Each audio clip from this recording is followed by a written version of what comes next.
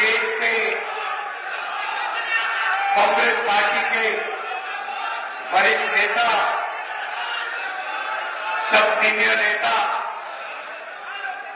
MLA, भाइयों और बहनों, हमारे प्यारे कार्यकर्ता, आप सबका यहां बहुत बहुत स्वागत, नमस्कार।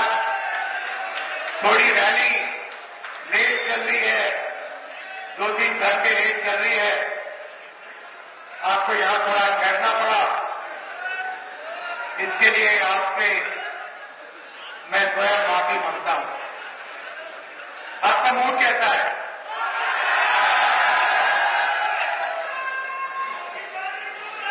यहां पे आदिवासी भाई बहन आज ज्यादा आए हैं, तो थोड़ी सी मैं आपकी बात करना चाहता हूं। कुछ समय पहले किसी ने मुझे मोबाइल फोन पे एक वीडियो भेजा। मध्य प्रदेश का कोई नेता था, मुझे वीडियो भेजा। मैंने वीडियो को प्ले किया, प्ले दबाया, और उस वीडियो में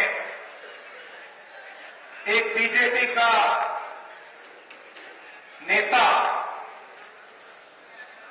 आदिवासी युवा के ऊपर पेशाब कर रहा था। और मैंने सोचा, ये कैसी सोच है कि बीजेपी का एक नेता आदिवासी पर पेशाब कर रहा है और दूसरी साइड उसका कोई चमचा वीडियो ले रहा है।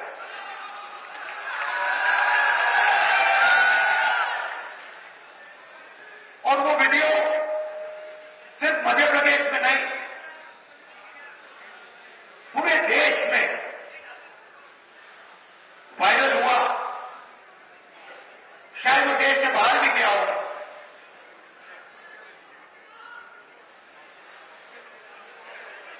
ये है विचारधारा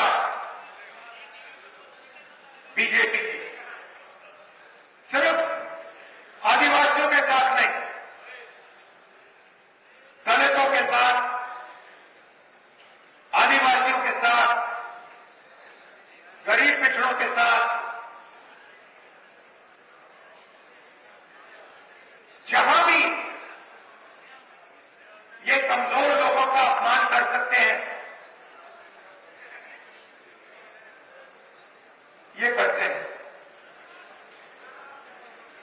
कुछ समय पहले इनके भाषण में मैंने सुना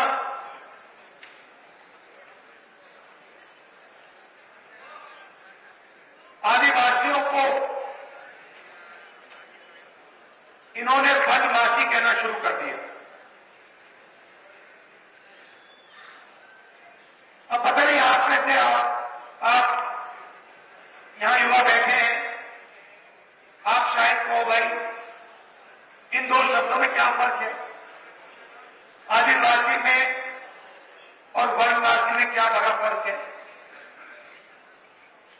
आदिवासी का मतलब वो व्यक्ति जो इस जमीन का सबसे पहला मालिक था।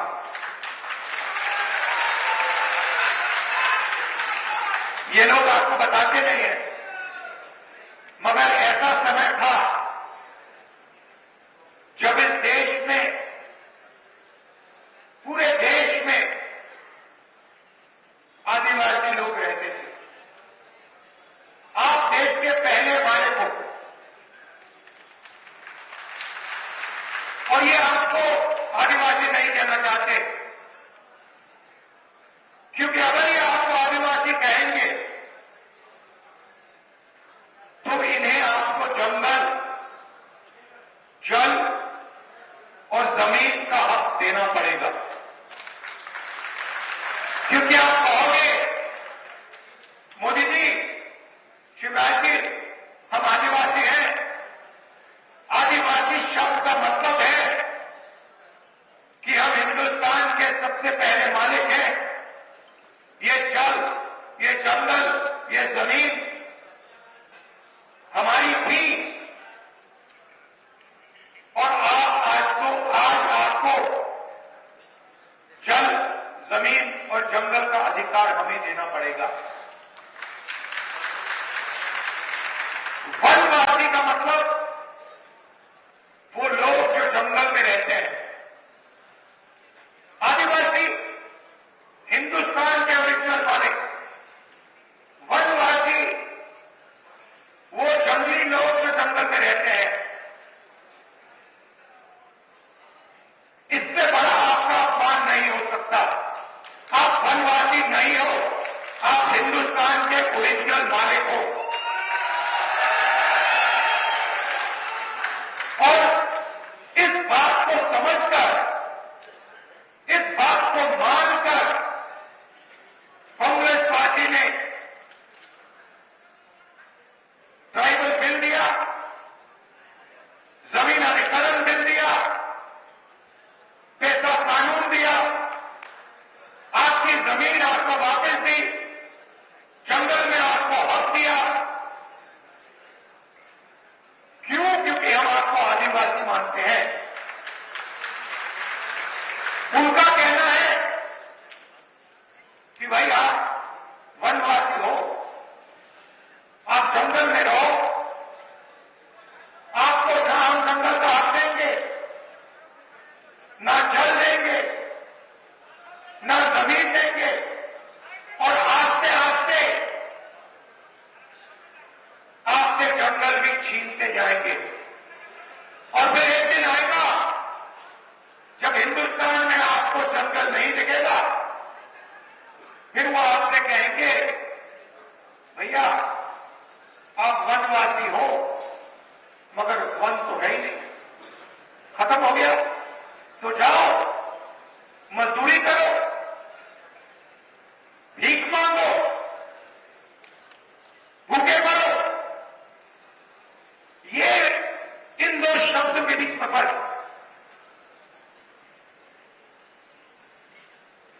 अब आपकी आबादी हिंदुस्तान में तकरीबन 8% है। ये नंबर याद रखिए। जीतू जी, मध्य प्रदेश में आदिवासियों की आबादी कितनी है? मध्य प्रदेश में, मध्य प्रदेश में आपकी 22% है, 24%, 24%। और हिंदुस्तान में आपकी आबादी 8% है।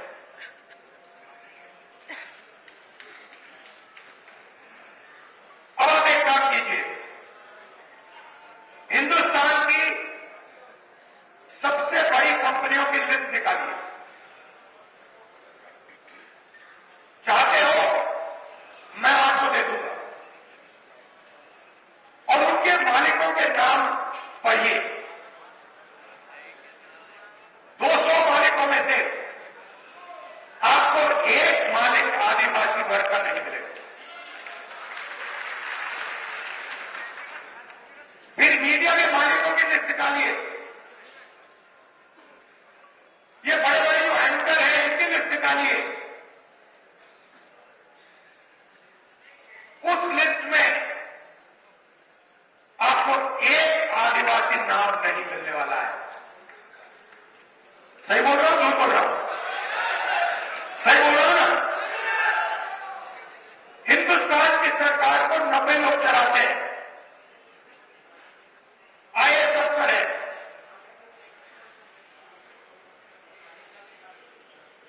पूरा का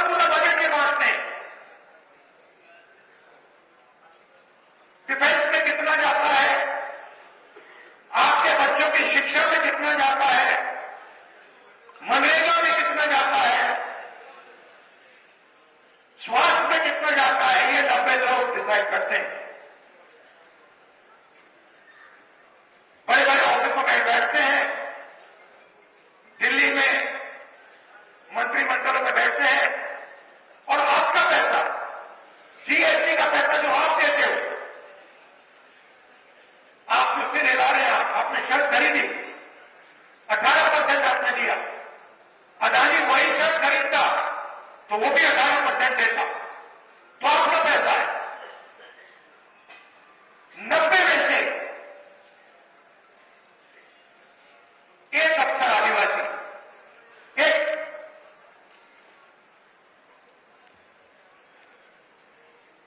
और अगर हिंदुस्तान की सरकार 100 रुपए खर्च करती है बजट में, तो आदिवासी अफसर 10 पैसे का निर्णय लेते हैं। आबादी 8%, भागीदारी 100 रुपए में से 10 पैसे।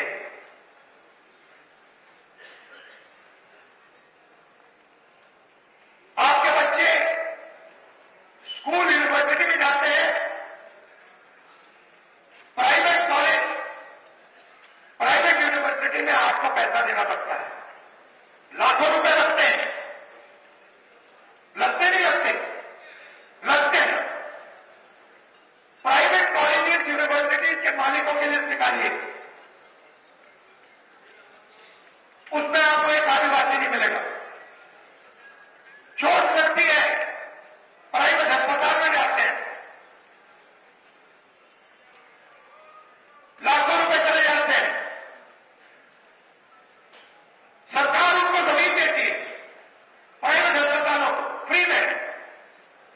किसकी जमीन है? आपकी जमीन।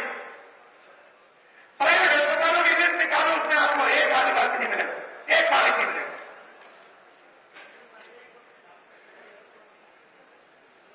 ये आपकी सच्चाई है। इसमें आप अकेले नहीं हो। जो आपके साथ हो रहा है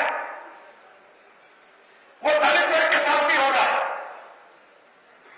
जो उनके साथ हो रहा है वो पिछड़ों के साथ भी हो रहा है, वो गरीब बेरोजगार के साथ भी हो रहा है।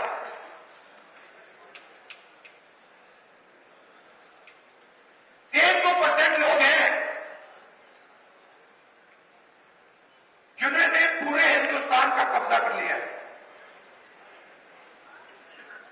अदानी जी यहां अपनी जमीन छीनते हैं, हिमाचल में सेब का बिजनेस करते हैं, मुंबई का एयरपोर्ट चलाते हैं,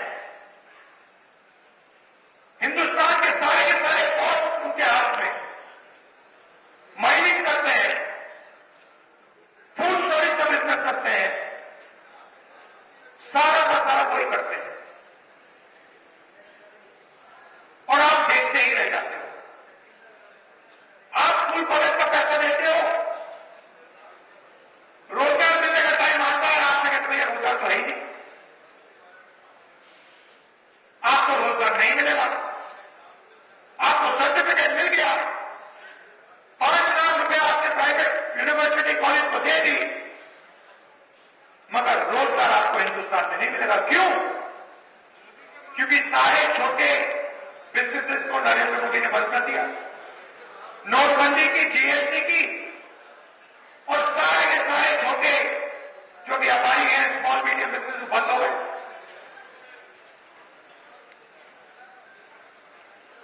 पूरा का पूरा काम 2-3 अरबपतियों के लिए हो रहा है। आपकी जमीन भी वो ले जाते हैं, पानी भी वो ले जाते हैं, जंगल भी उठा के ले जाते हैं।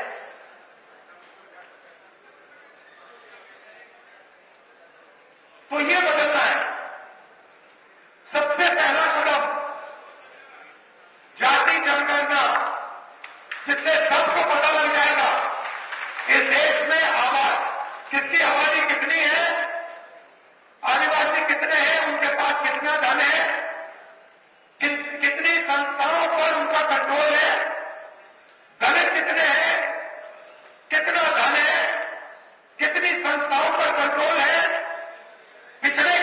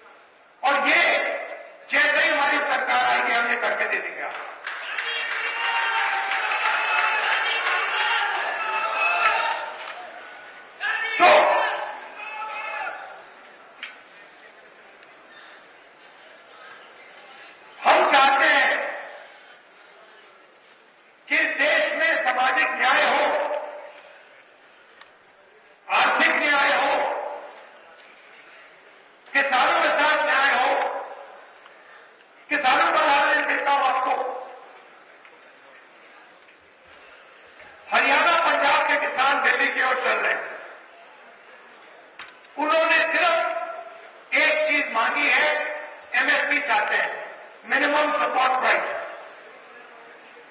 बीजेपी की सरकार कहती है हम आपको एमएसपी नहीं देंगे।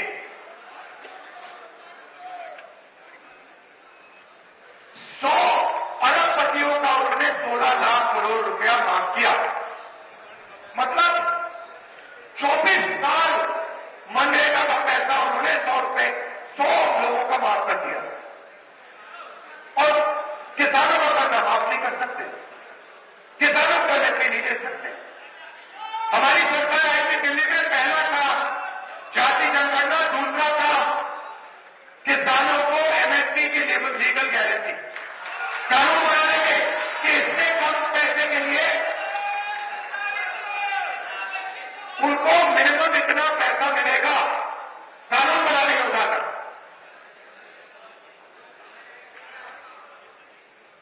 तो ये हम आपके लिए करना चाहते हैं। मैं आपको सिर्फ यहां कहने आया हूं कि आप हमारा समर्थन करते हो, आप हमारे साथ खड़े होते हो, हम आपके साथ खड़े हैं। जो भी आप हमसे चाहते हैं हम करने को तैयार हैं। जल, जंगल और जमीन की लड़ाई हमारी लड़ाई है, आपकी लड़ाई है। एक साथ हम ये लड़ाई लड़ेंगे और इस लड़ाई को जीतेंगे।